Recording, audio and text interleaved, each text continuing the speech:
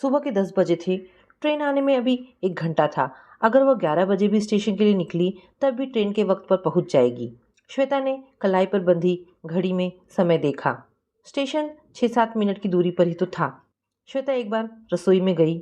महाराज नाश्ते की लगभग सभी चीजें बना चुके थे। 11 बजे तक नाश्ता टेबल पर तैयार रखने का आदेश देकर वह वापस ड्राइंग रूम में आ गई और सरसरी तौर पर सजावट की मुआवना करने लगी। ड्राइंग रूम की एक एक चीज उसकी अमीरी का परिचय दे रही थी। रीता तो दंग रह जाएगी यह सब देखकर। श्वेता की संपन्नता देखकर शायद उसे अपनी गलती का एहसास हो, पश्चाताप हो। रीता श्वेता की छोटी बहन थी। आज वह श्वेता के यहाँ एक हफ्ते के लिए आ रही है। ऐसा नहीं कि रीता ने श्वेता का घर नहीं देखा है, लेकिन वह यहाँ 4 वर्ष पहले आई थी। पिछले 4 वर्षों में तो श्वेता के पति अमर ने व्यवसाय में कई गुना प्रगति कर ली है और उनकी गिनती शहर के सबसे अमीर लोगों में होने लगी है। 4 साल पहले जब रीता यहाँ आई थी तो श्वेता 5,000 वर्ग फुट की जगह में बने बंगले में रहती थी, लेकिन आज वह शहर के सबसे पॉश इलाके में अति अमीर लोगों की कॉलोनी में 25,000 वर्ग फुट में बने एक हाई फाई बंगले में रहती है। तो अपनी संपन्नता के बारे में सोचकर श्वेता की गर्दन गर्व से तन गई। श्वेता का मायका भी बहुत संपन्न है। श्वेता से 3 साल छोटी है रीता। पढ़ने में श्वेता का कभी मन नहीं लगा। वह सारा दिन बस अपने उच्च वर्गीय शौक पूरे करने में बिता देती थी। इसीलिए 20 वर्ष की होने से पहले ही उसके पापा ने अमर के साथ उसका विवाह कर दिया। अमर से विवाह करके श्वेता बहुत खुश थी। रुपया पैसा ऐशो आराम, बस और क्या चाहिए जीवन में। हर काम के लिए नौकर। श्वेता जैसी सुख सुविधाएं चाहती थी वैसी उसे मिली थी। पापा रीता का भी विवाह जल्द ही कर देना चाहते थे, लेकिन वह तो सबसे अलग सांचे में ढली हुई थी। जब देखो तब किताबों में घुसी रहती। पढ़ाई के अलावा भी ना जाने और कौन कौन सी किताबें पढ़ती रहती। उसे एक अलग ही तरह के लोग और परिवेश पसंद था। स्कूल कॉलेज में भी वह बस पढ़ाई में तेज और बुद्धिमान लड़कियों से ही दोस्ती करती थी। उसे रुपयों की चकाचौंध में जरा भी रुचि नहीं थी। तभी एक से एक धनी घरों के रिश्ते ठुकराते हुए 3 साल पहले उसने अचानक कॉलेज के एक असिस्टेंट प्रोफेसर से विवाह करके सबको सकते में डाल दिया। घर वालों को यह बर्दाश्त ना हुआ। तभी से उसके मम्मी पापा ने रीता से रिश्ता तोड़ लिया था। लेकिन एक ही शहर में होने के बाद माता पिता आखिर कब तक बेटी से नाराज रहते। इधर 6-7 महीने से उन लोगों ने रीता और उसके पति देव को घर बुलाना और उनके यहाँ आना जाना शुरू कर दिया। तब श्वेता ने भी रीता से फ़ोन पर बात करना और उसे अपने घर आने का आग्रह करना शुरू कर दिया। ऐसा नहीं है कि श्वेता को रीता से बहुत लगाव है और वह बस उसे स्नेहवश उससे मिलने को आतुर है, बल्कि श्वेता तो अपनी संपन्नता के प्रदर्शन से रीता को चकाचौंध करके उसे यह एहसास दिलाना चाह रही है कि देखो तुमने मामूली आदमी से शादी करके क्या कुछ खो दिया है जिंदगी में। श्वेता और उसके परिवार ने जीवन में हमेशा पैसे को महत्व दिया था। चाहे उसके पापा हो या पति, दोनों ही पैसे से ही आदमी को छोटा बड़ा समझते थे। 11:15 बज गए तो श्वेता ने अपने विचारों को समेटा और ड्राइवर से गाड़ी निकालने को कहा। चमचमाती कार में बैठकर वह स्टेशन पहुंची। समय पर ट्रेन आ गई। स्लीपर क्लास से उतरती रीता पर नजर पड़ते ही श्वेता का जी कसैला हो उठा कि अगर अमीर घर में शादी करती तो इस समय प्लेन से उतरती। ओ दीदी कैसी हो, कितने साल हो गए तुम्हें देखे हुए। रीता ने लपक कर श्वेता को गले लगा लिया और जोर से बाहों में भींच लिया। क्षण भर को श्वेता के मन में भी बहन से मिलने की ललक पैदा हुई, पर तभी अपनी प्योर सिल्क की साड़ी पर उसका ध्यान चला गया कि उफ, गंदे कपड़ों में ही छू लिया रीता ने। पता नहीं ट्रेन में कैसे कैसे लोग होंगे।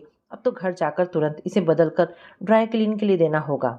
घर पहुंचकर श्वेता ने रीता को बैठने भी नहीं दिया, सीधा पहले नहाने भेज दिया। ट्रेन के सफर के कारण रीता के शरीर से गंध सी आ रही थी। श्वेता स्वयं भी कपड़े बदलने चली गई। डाइनिंग टेबल पर नाश्ता लगवाकर श्वेता ने रीता को आवाज़ लगाई। मोबाइल पर बात करते हुए रीता आकर कुर्सी पर बैठ गई। बात खत्म करके उसने मुस्कुराकर श्वेता को देखा। बाप रे दीदी, ये इतना सारा क्या क्या बनवा दिया तुमने। रीता आश्चर्य से नाश्ते की ढेर सारी चीज़ों को देखकर बोली। कुछ भी तो नहीं, जब तक यहाँ है अच्छी तरह खा पी ले, वहाँ तो पता नहीं। श्वेता ने अपने आप को एकदम से रोक लिया, वरना वह कहना चाह रही थी कि एक मामूली सी तनख्वाह में वह दाल रोटी से अधिक क्या खा पाती होगी भला, पर यह कहने से अपने आप को रोक नहीं पाई कि यहाँ तो रोज ही यह बनता है। तेरे जीजा जी तो ड्राई फ्रूट्स के हलवे के सिवा और कोई नाश्ता ही नहीं करते। अरे हाँ, जीजा जी क्या ऑफिस चले गए? रीता ने उत्साह से पूछा। नहीं, वे तो काम से दिल्ली गए हैं। वहीं से फिर हैदराबाद और फिर मुंबई जाएंगे। व्यवसाय बढ़ गया है। महीने में 15 दिन तो वे बाहर ही रहते हैं। श्वेता ने अपने स्वर में भरसक गर्व का पुट भरते हुए कहा। और तुमने भी दोनों बच्चों को क्यों हॉस्टल में डाल दिया? बच्चे घर में होते हैं तो रौनक रहती है। रीता ने एक कौर मुंह में डालते हुए कहा। अरे इनका स्कूल माना हुआ है। इनकी इच्छा तो फॉरेन भेजने की थी, पर मैंने कहा अभी बहुत छोटे हैं, हायर एजुकेशन के लिए भेज देना फॉरेन। अभी तो मनाली ही ठीक है। यूँ भी जब पैसे की कोई कमी नहीं है तो बच्चों को क्यों ना बेस्ट एजुकेशन दिलाई जाए। हाँ, जिनके पास पैसा ना हो उनकी मजबूरी है। कहते हुए श्वेता ने एक चुभती हुई गर्वीली दृष्टि रीता पर डाली, लेकिन तब तक रीता के मोबाइल पर बीप की आवाज़ आई और वह मैसेज पढ़ने में व्यस्त हो गई। लिहाजा श्वेता को चुप रह जाना पड़ा। फिर तो जब तक दोनों नाश्ता करती रहीं, रीता मैसेज पढ़ती रही और जवाबी मैसेज भेजती रही। उसने एक बार भी मुंह ऊपर नहीं उठाया। उल्टे हाथ से लेटर टाइप करते हुए सीधे हाथ से एक कौर उठाती और मुंह में डाल लेती। क्या खा रही है, कैसा स्वाद है, मैसेज में मगन रीता को कुछ पता नहीं चल रहा था। श्वेता मन ही मन खींच रही थी कि उसके इतने कीमती और ढेर सारे नाश्ते पर रीता का ध्यान ही नहीं है। रीता के लगातार बेवजह हंसते रहने को श्वेता उसकी आंतरिक खुशी नहीं, उसकी दुख छिपाने की चेष्टा ही समझी। श्वेता जैसी ही बुद्धिहीन और समझ क्या सकती थी। तभी तो यह सुनकर कि रीता के यहाँ खाना बनाने को बाई या नौकर नहीं है। श्वेता अवाक उसे देखती रही। इसमें इतना अचरज करने की क्या बात है दीदी? दो ही तो लोग हैं। देव को भी खाना बनाने का शौक है। हम दोनों मिलकर खाना बना लेते हैं और जरूरी बातचीत भी हो जाती है। रीता ने सहज रूप से उत्तर दिया। अब तो श्वेता के आश्चर्य की सीमा नहीं रही। पुरुष और रसोई में, यह तो जैसे दूसरी दुनिया की बात है। उसने ना तो अपने पापा को कभी किचन में जाते देखा, ना कभी अमर ने ही कभी वहां पैर रखा। पुरुष तो छोड़िए, श्वेता ने तो अपने घर की औरतों यानी अपनी मम्मी या दादी को भी सिवाय नौकर को क्या बनेगा के निर्देश देने के और किसी काम से किचन में पैर रखते नहीं देखा। पर तूने खाना बनाना कहाँ से सीखा? श्वेता ने प्रश्न किया। देव से ही सीखा दीदी, वे बहुत अच्छा खाना बनाते हैं, रीता ने उत्तर दिया। किचन की गर्मी में रीता खाना बनाती है, रोटियां बेलती है, सोचकर ही श्वेता को पहली बार बहन से सचमुच सहानुभूति हो आई। असिस्टेंट प्रोफेसर की तनख्वाह इतनी भी कम नहीं होती कि एक नौकर ना रखा जा सके। इतना कंजूस भी क्यों है देव? श्वेता विषाद भरे स्वर में बोली। वे कंजूस नहीं है दीदी, उन्होंने तो बहुत कहा था कि एक नौकर रख लो, लेकिन जिद करके मैंने ही मना किया। हाथ पैर चलते रहते हैं तो शरीर पर बेकार की चर्बी नहीं चढ़ती, वरना बैठे बैठे खाते रहो तो मोटे होकर 100 परेशानियों को निमंत्रण दो। रीता तो सहज बात बोल गई, लेकिन श्वेता को लगा रीता उस पर व्यंग कर रही है। सचमुच कम उम्र में एक के बाद एक दो बच्चे और उस पर तर माल खाकर बस सारा दिन आराम करना, घूमने के नाम पर गाड़ियों में घूमना, पार्टियों में जाना और मॉल में शॉपिंग करना। और करती ही क्या है श्वेता? तभी तो जगह जगह थुलफुल मांस की परतें झांकने लगी हैं। शरीर बड़ी मुश्किल से कपड़ों में समाता है। पहली बार रीता के छरहरे कसे शरीर को देखकर ईर्ष्या का अनुभव किया श्वेता ने। वह रीता से मात्र 3 वर्ष बड़ी है, लेकिन मोटे हो जाने के कारण 10 वर्ष बड़ी लग रही है, जबकि रीता के चेहरे और शरीर पर आज भी 20-21 की उम्र वाली कमनीयता बरकरार है। श्वेता भी कपड़े बदलकर बिस्तर पर लेट गई। एक ही दिन हुआ है रीता को आए, लेकिन सुबह से देव के ना जाने कितने फ़ोन और मैसेज आ गए होंगे।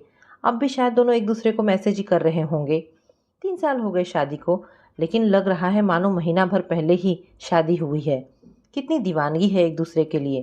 पहली बार श्वेता के मन में एक गहरी टीस उठी। शादी के इतने सालों में कभी याद नहीं किया काम के सिवा अमर ने। उनके टूर पर जाने पर यदि कभी अकेलेपन से उबकर श्वेता ही बातचीत के उद्देश्य से फ़ोन मिलाती तो अमर झल्ला जाता कि मेरे पास फालतू बातें करने के लिए टाइम नहीं है। दिन में नहीं सही, लेकिन रात में भी अमर का कोई ना कोई बहाना रहता कि पार्टी के साथ मीटिंग में हूँ या डिनर पर काम की बातें हो रही है या फिर सो रहा हूँ। हार कर श्वेता ने फ़ोन करना बंद कर दिया, लेकिन आज रीता और देव को एक दूसरे के कांटेक्ट में रहते देखकर श्वेता के अंदर एक टीस सी उठी। इस बार तो 4 दिन हो गए अमर को गए हुए। पहुंचने के फ़ोन के बाद से कोई खबर नहीं है। देर तक छटपटाती रही श्वेता। सुबह से रीता के फ़ोन को चैन नहीं है और श्वेता उसका फ़ोन इतना खामोश है कि पता ही नहीं चलता है कि फ़ोन पास है या नहीं। हाथ में पकड़े मोबाइल को देर तक घूरती रही श्वेता और फिर अमर को फ़ोन लगाया। 7-8 बार लगातार फ़ोन किया श्वेता ने, लेकिन अमर ने फ़ोन नहीं उठाया। लगता है फ़ोन साइलेंट मोड पर करके सो गए हैं। रीता सो रही है या? सहज कुतूहल और ईर्ष्या के वशीभूत होकर श्वेता उठकर रीता के कमरे तक गई। दरवाज़ा बंद नहीं था, केवल पर्दे लगे थे। श्वेता ने बहुत थोड़ा सा पर्दा सरका कर देखा। पलंग के सिरहाने वाले कोने पर एक मध्यम रोशनी झिलमिला रही थी। उस रोशनी को देखकर श्वेता के मन का अंधेरा घना हो गया। आकर चुपचाप बिस्तर पर लेटकर देर रात तक अपने आप को तसल्ली देती रही। श्वेता की कल सुबह उठते ही उसकी इतनी मिस कॉल देखकर अमर खुद ही फ़ोन लगा लेंगे। दूसरे दिन नाश्ता करके हुए रीता ने टोक ही दिया, कल से देख रही हूँ दीदी, जीजा जी का एक बार भी फ़ोन नहीं आया। जले मन पर मानो नमक छिड़क दिया रीता ने। तिल मिलाकर कहने ही जा रही थी कि बहुत काम रहता है अमर को। इतना बड़ा बिजनेस हैंडल करना इतना आसान नहीं है। देव की तरह फुर्सतियाँ नहीं है कि चौबीसों घंटे मोबाइल पर पत्नी से बातें या मैसेज करते रहे। लेकिन हड़बड़ाकर झूठ ही बोल गई। सुबह ही तो तेरे आने से पहले बहुत देर तक बातें हुई थी, फिर रात में भी बहुत देर तक बातें करते रहे। आखिर मैंने ही कहा कि अब सो जाओ, तब बड़ी मुश्किल से फ़ोन काटा।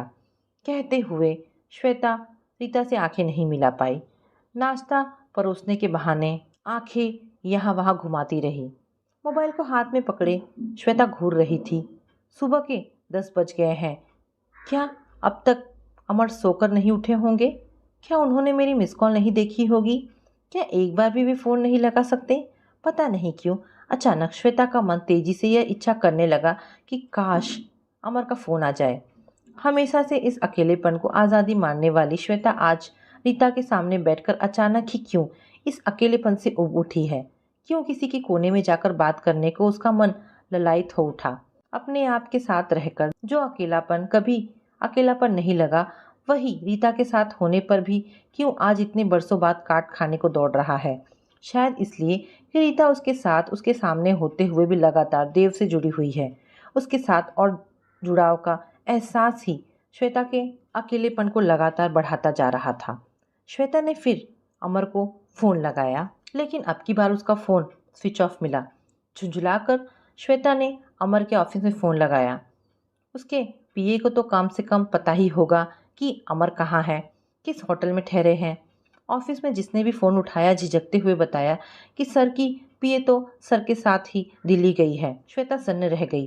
तो इसीलिए अमर फ़ोन नहीं उठा रहे हैं रात में, और सुबह से ही फ़ोन स्विच ऑफ होने का कारण भी यही है। दिल्ली के बाद हैदराबाद, फिर मुंबई, एक से एक आलीशान होटल। और श्वेता हर बार कहती कि घर में बच्चे तो हैं ही नहीं, मैं भी साथ चलती हूँ। तो अमर बहाना बना देते कि मैं तो दिन भर काम में रहूँगा, रात में भी देर तक मीटिंग चलती रहेगी, तुम कहाँ तक मेरे पीछे दौड़ोगी, बेकार होटल के कमरे में बैठे बैठे बोर हो जाओगी। सच ही तो है, पत्नी की ज़रूरत ही नहीं है, पीओ को साथ ले जाने में ही ज़्यादा सुविधा है। दिन भर काम में मदद और रात में बिस्तर में साथ। अचानक श्वेता की आंखों के सामने आपस में हंसी चुहल करते हुए खाना बनाते और काम करते देव और रीता के चित्र घूम गए। पहले जिस बात को सुनकर श्वेता तुच्छता से हंस दी थी, आज उसी चित्र की कल्पना कर ही के उसे ईर्ष्या हो रही थी। ईर्ष्या, क्षोभ, अमर द्वारा दिया जा रहा धोखा और अपमान सब श्वेता की आंखों से बहने लगे। क्यों बुलाया रीता को उसने? आराम से इस ऐश्वर्य और पैसे से खरीदे गए सुख साधनों से अपने आप को संपन्न सुखी मानकर सुख से बैठी रहती थी कि रीता ने आकर उसके सुख को चूर चूर कर दिया। जीवन में पहली बार रीता का सुख और चेहरे की चमक देखकर श्वेता को लगा कि पैसा ही सुख का पर्याय नहीं है। रीता के चेहरे को घूर घूर कर श्वेता दुख की लकीर ढूंढना चाह रही थी। आज उसी चेहरे की चमक देखकर उसके अपने चेहरे पर मायूसी के बादल छा रहे हैं। अब वह रीता के चेहरे पर नज़र डालने की ही इच्छा नहीं कर पा रही है। डर रही है उसके चेहरे की रोशनी से खुद के मन का अंधेरा और घना ना हो जाए। दोपहर के खाने के बाद दोनों बातें करने बैठी। तुमने अपनी क्या हालत बना रखी है दीदी? बच्चे हॉस्टल में हैं, जीजाजी इतने इतने दिन टूर पर हैं, पहाड़ सा दिन अकेले कैसे काटती हो? रीता के चेहरे पर श्वेता के लिए सचमुच की हमदर्दी थी। शाम को दोनों फिर घूमने निकल गई। श्वेता रीता को शहर के सबसे महंगे बुटीक में ले गई। अपने लिए कोई सूट पसंद कर ले, श्वेता ने कहा। बाप रे, यहाँ तो सारे सूट बहुत महंगे हैं और चमक दमक वाले हैं। मैं ऐसे सूट पहनकर कहाँ आ जाऊंगी दीदी, इतनी चमक दमक मेरे प्रोफेशन को सूट नहीं करती। रीता के स्वर में चमक दमक के लिए तिरस्कार और अपने प्रोफेशन के प्रति स्वाभाविक गर्व का आभास था। चोट मानो श्वेता पर ही हुई थी। तब भी श्वेता ने बहुत कहा, पर रीता मुख्यतः पैसों पर ही अड़ी रही। कहती रही कि यह फिजूल खर्ची है। अरे, शादी के बाद पहली बार आई है, पैसों की चिंता मत कर, मैं गिफ्ट दे रही हूँ। श्वेता बोली, बात पैसों की नहीं है दीदी, तुम दो या मैं दूँ, बात वस्तु के उपयोग की है। बेकार कबर्ड में बंद पड़ा रहेगा। अब मैं तुम्हारी तरह हाई फाई बिजनेस पार्टियों में तो जाती नहीं हूँ। कहकर रीता बुटीक से बाहर आ गई। रात खाना दोनों बाहर ही खाकर आए। घर लौटते ही देव का फ़ोन आया।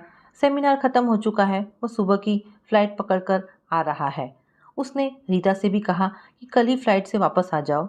पर तेरा तो परसों रात का रिजर्वेशन है ना? श्वेता ने पूछा। उसे मैं कल सुबह कैंसिल करवा आऊँगी, 11 बजे की फ़्लाइट है, टिकट तो मिल ही जाएगा। एयरपोर्ट पहुँच कर ही ले लूँगी, 2 बजे तक पहुँच जाऊँगी। रीता के चेहरे की चमक और खुशी दोनों जैसे कई गुना बढ़ गई थी। इतने सालों बाद आई है, ठीक से बात भी नहीं कर पाई और 2 ही दिन में वापस जा रही है। ऐसा भी क्या है कि देव 2 दिन भी नहीं छोड़ सकता तुझे?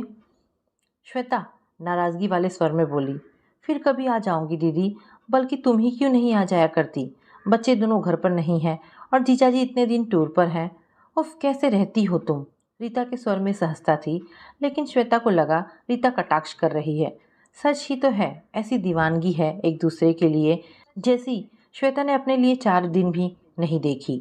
दीवानगी नहीं देखी यह बात नहीं है, लेकिन अपने लिए नहीं देखी, देखी है पैसे के लिए, पैसे से खरीदी जा सकने वाली हर चीज़ के लिए। एक श्वेता में भी तो दीवानगी बस पैसे के लिए ही रही है, और किसी के लिए भी जीवन में दीवाना हुआ जा सकता है। यह तो रीता को देखकर पता चला। जो रीता महज पैसों की खातिर महंगा सूट नहीं खरीद रही थी, वह और देव से 2 दिन जल्दी मिलने की खातिर प्लेन से वापस जाने को तैयार हो गई। जो श्वेता से मिलने वह साधारण स्लीपर क्लास में आई थी। यानी पैसा है, लेकिन मनुष्य के लिए पैसा है, पैसे के लिए मनुष्य नहीं है। जिस शानदार पलंग पर श्वेता पैर पसारकर निश्चित सोती थी, आज उसी पलंग पर मानो वह अंगारों की जलन महसूस कर रही थी। वह यहाँ अकेली है और वहाँ अमर के साथ। पैसे से हर सुख नहीं खरीदा जा सकता। कम से कम औरतों के बारे में तो यह बात लागू होती ही है। उठकर श्वेता पता नहीं किस अनजाने आकर्षण में बंधकर रीता के कमरे की तरफ गई। देखा, बिस्तर के सिरहाने की तरफ मोबाइल की रोशनी झिलमिला रही थी। अपने पलंग पर औंधी पड़कर श्वेता सुबकने लगी। उसका गुरूर टूटकर आंखों के रास्ते बहने लगा। तो दोस्तों, ये कहानी यहाँ पर समाप्त होती है। आशा करती हूँ कहानी पसंद आई होगी। दोस्तों, ऐसी ढेरों पारिवारिक और शिक्षाप्रद कहानी सुनने के लिए हमारे चैनल को प्लीज़ सब्सक्राइब करें। धन्यवाद दोस्तों।